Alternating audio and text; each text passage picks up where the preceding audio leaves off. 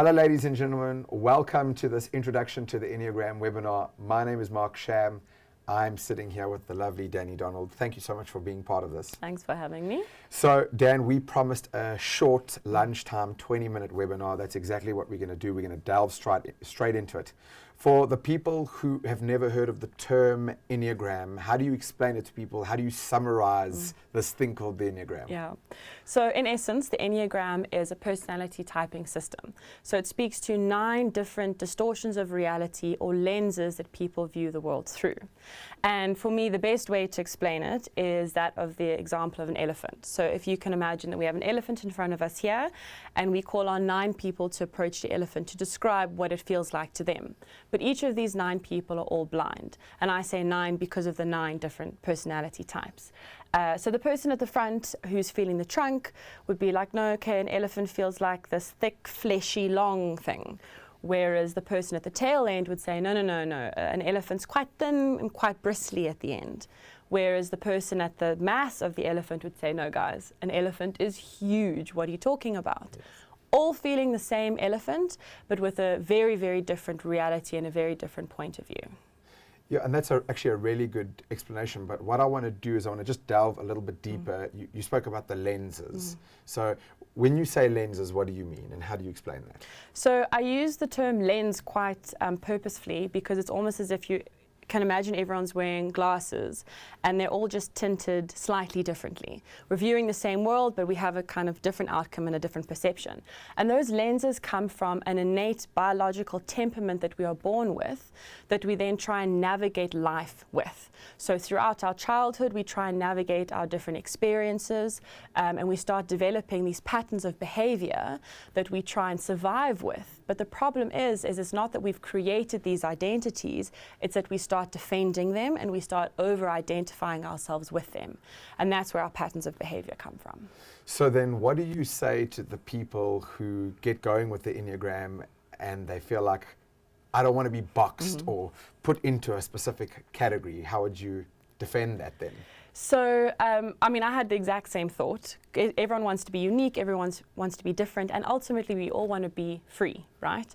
So what makes it different from other personality typing tests or systems is that the idea here is that whatever we are unconscious of controls us.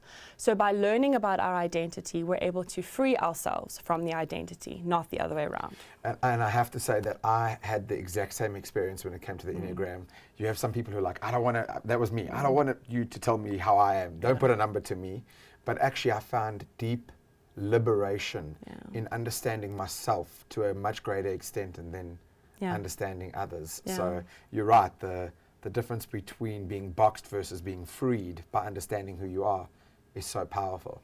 Yeah, and you know that age-old saying of knowledge is power? Same, knowledge of self is power. It's freeing, it's liberating. The more you understand about yourself, the more you can become free of those impulsive reactions, those impulsive defenses. And ultimately, there's really less suffering there, isn't there? Okay, Dan, so I want to just kind of shift tack a little bit, and I want to talk about the benefits that people would get from learning about the Enneagram, both in their personal and then their professional lives. How do you, again, explain the benefits, say, from a personal or professional perspective to people who have never heard about the Enneagram? So at the risk of sounding extremely vague, I'd like to say that it's not just beneficial for personal and then professional life, but it's beneficial for life, full stop. Because at the end of the day, we're all people walking around projecting stories and defenses and patterns of behavior, whether it's in a personal context or a professional one. And what the Enneagram does for you is it allows you the opportunity to meet people instead of meeting their projections and their stories and their defenses. And that instead of coming across problems that make you feel stagnant or frustrated or perhaps tap out of a situation, you see those problems not as something that holds you back, but rather doorways. So opportunities to have better conversations, to communicate more, to shift relationships, or even create more opportunities. I mean, that's a great way of explaining it, and it reminds me that the fact that we're just sitting here is because in May, myself and Nicola, my business partner, we came to your first Enneagram Basecamp workshop. And if I'm honest, I originally kind of came to support you, right, and to understand what you're doing a little bit more. But it quite quickly turned into the best piece of self-development I've done all year, and I'm someone who does a lot of this stuff. And for me, it had these 2 crazy impacts, both personally and professionally, which I guess is every part of life. from a personal perspective, or like you say, from a life perspective, I've always found myself getting frustrated with different people at different times. A quick example is when people say they want something but they don't go after it, right? My temperament is that I do, and I always think to myself, if you really wanted it, you would just do it. And I'd almost get quite judgy with people. But when you have these different people, they look different, they sound different, but they're classified in these ways, and you see what motivates these people and their behaviors, and you start to, it gave me such a eye-opening experience to really understand the different types of people, what motivates their behaviors, and then the same thing that spills into a professional setting.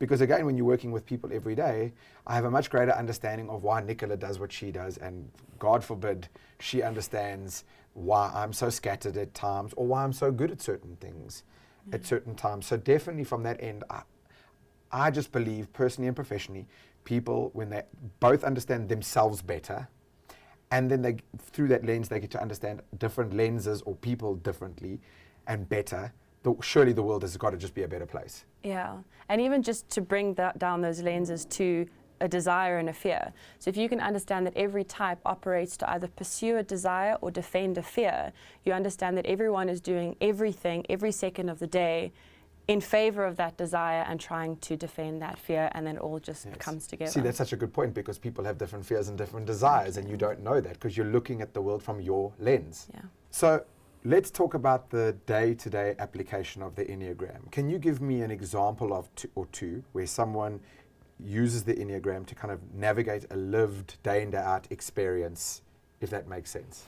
Yeah, because I understand everyone listening, it's hard to get a perspective of what the other vantage point is because you're sitting from your ivory tower, right? So all you're seeing is what you're seeing. So an example would be, say we've got 3 people that walk into a room. Let's take an event, for example, like some of the events that you host. And the first person walks in and sees all of these people, and their first thought, subconscious of course, and automatic, is, who can I connect with?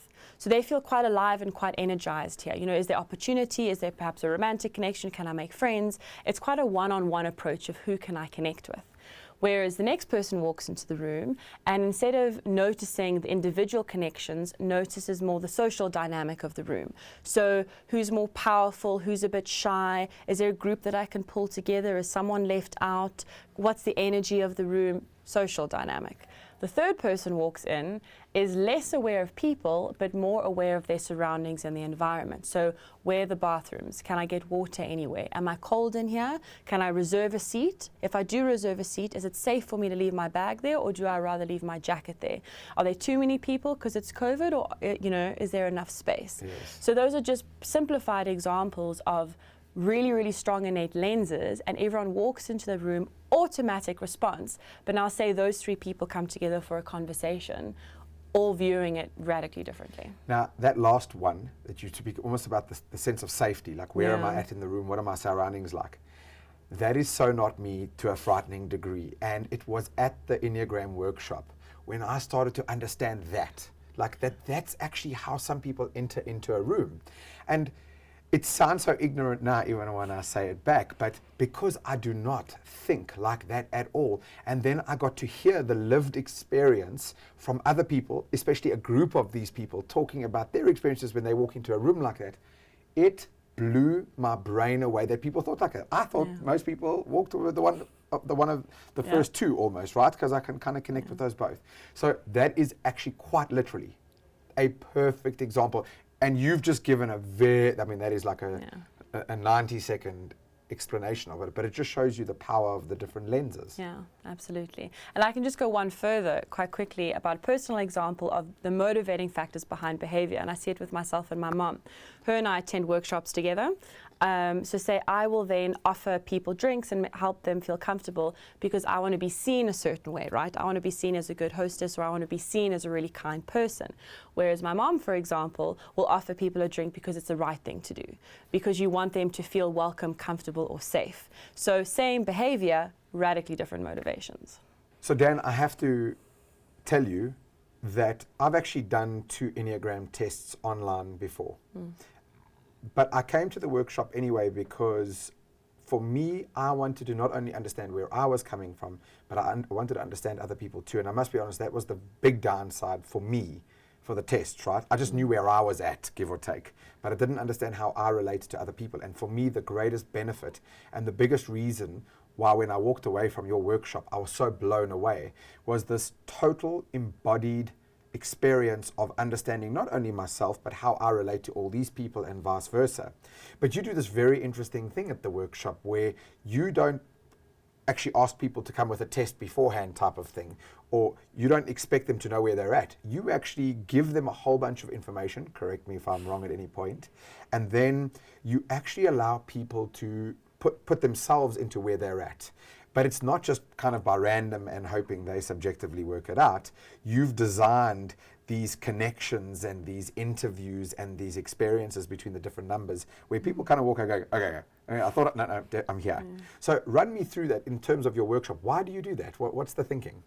So I actually owe that to my personal journey and my mentors, because I've been studying it for about 6 years now, and I've never done a test, actually, an Enneagram test. And I was thrown into the deep end of all of this knowledge, and for about 3 years I thought I was a completely different type.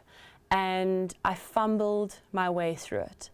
And grappling with the work in a very experiential way, playing with it a bit, trying it out, and then seemingly failing, but failing is just revealing of my own personality type.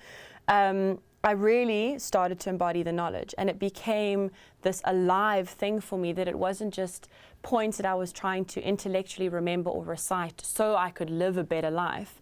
It was something that I was like, okay, I've grappled with the work so strongly for so many years. What was it there that made me internalize the work then pretty naturally and then pretty quickly once it clicked? So that's why we create confusion at the beginning. It's read all the information. We even said, you know, if you feel like you resonate with 3 different types, write down 3 different types on a sticky note and put them on your chest. And then as you grapple with the work and you learn about things and you actually see the personification of each type come to life, you then start clicking or pulling away from different aspects, and then you really realize, okay, this resonates and that doesn't. And like you said, that embodied experience. So it is all very intentional. Yeah, and again, because as I was sitting there, not only did I totally gain my own clarification for me in a very embodied kind of way, I felt like I could understand it and explain it back to people, which I think is the real measure of if something has stuck for you. But I really, having done the 2 tests, didn't know much about these other types. And certainly how I relate to them, let alone just what they are. When I walked away from your workshop one day, I felt like I had a very keen sense and understanding of all these different people, how I connect to them, which is very different how you and your type would connect to them, and so forth. So I would probably say that to me is the greatest advantage, and I mean it's quite literally as a consumer of your workshop. I walked away with Nix with such a clear understanding in a way that I'd read about the types so many times. It was just information. Yeah, and you know, to be honest, it's because people relate to the humanness in other people. So other personality tests are all strength-based tests, which we all love to say, oh, I'm a this and I'm a that, and this is what I'm good at. But I'm sure you can recall that when people really revealed the fears or the struggles that they had, and that like really innate struggle with being that type, that humanness is what lands. And I think that's what becomes quite revealing about each type, is more the fear, the struggle, and the suffering really, than rattling off what your strengths might be. Yeah, and to finally add, if you really want to ratchet it up or not, go with someone that you love or someone that you spend time with every day or often. Because again, going with Nicola, where I know this person so well outside of the Enneagram, and then getting to almost understand her within the Enneagram, changed our dynamic both ways entirely, because that, you know that person so well, so now the knowledge in the Enneagram embodied it for me in a way that I just couldn't imagine it happening any other way. And like you say, you've got a perspective of how she views things, and I bet that's more now, oh, I see that she's just operating from her own prison of conditioning.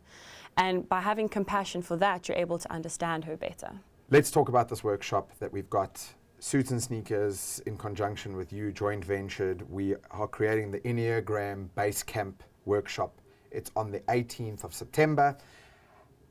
I guess one of the major reasons I wanted to run this webinar, or be brief, is I wanted to give people this overview, but we could not even begin to delve into the Enneagram, whether it be 15 minutes, half an hour, 2 hours. The magic is in the long form, and the real magic is with other people being there all together, live and in person. So please run me through, on the 18th, this workshop.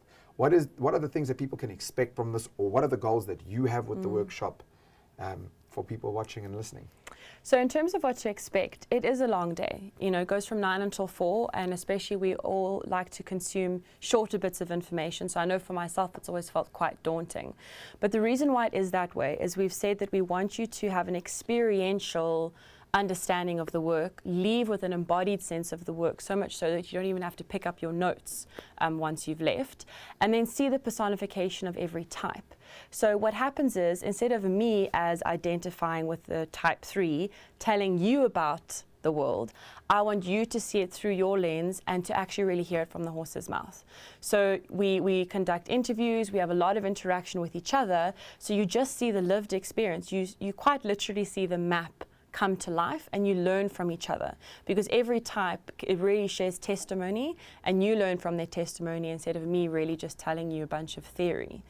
And in learning from that testimony, because like we'd said now about the humanness, is that I suppose my wish for everyone is that even if there's one brief, not even a aha moment, because that implies that it's always going to be quite positive. Sometimes it's a bit of a sinking feeling, but this moment of, that's why I've struggled with this person. That's why that rejection hurt so much. That's why this is so important to me. That's why my engagement didn't work. That's why my brother and I are estranged. You know, it's things like that where you're just like, oh, I can actually exhale, because I might not really relate, but I understand. And because I understand, I now feel free from it. You know, from the other side, I'm going to say it again because I think it matters. First of all, you're right in that it's a long day. Yeah. And I struggle with these types of things in general, my personality, my nature, as you know. But I got through that day. I mean, I'm going to be there on the 18th. I can't wait, right, to do it again and to delve into the detail again. So epic, because it was so experiential. In fact, that interview part at the end, I actually get goosebumps thinking about it, really caught me. So I'm with you. I don't think the length of that should be of concern. There's context there. And just again, the liberation, the understanding of, like you said, oh, that's why, you know, like I have this nature to be so scattered, for example. Just the freedom that came from going, oh, I know why I do this at times. Okay, now a healthy version of me reins this in, but still, it gave me this freedom. There's nothing wrong with me. Yeah. For so long I thought that. And then there were so many relationships that when I was done with your workshop, I equally gained liberation and freedom. I was like, okay, that's why that previous relationship didn't work, or this is why I conflict with my bestie here, but we get along so well here. So really, I can't stress it enough. Dan, I want to just say thank you so much for being part of this. It was really an experiment on our end. How do we take this broad topic and shove it into 20 minutes?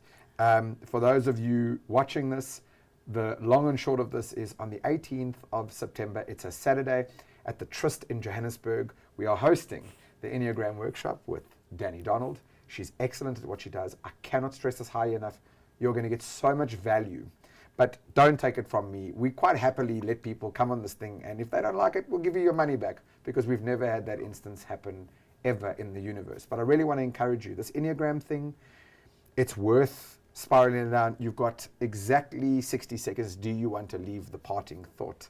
That's your close-up camera over there. Do you want to leave your audience with a parting thought? I suppose everyone viewing this is viewing it through a different lens. So lean into the curiosity, and you might actually surprise yourself with what you learn. Ooh, short and sweet. Dan, thank you so much. Thanks. Guys, for those of you watching, that's us. We'll send you some more information after this. Thanks for watching. Until next time, we'll see you again.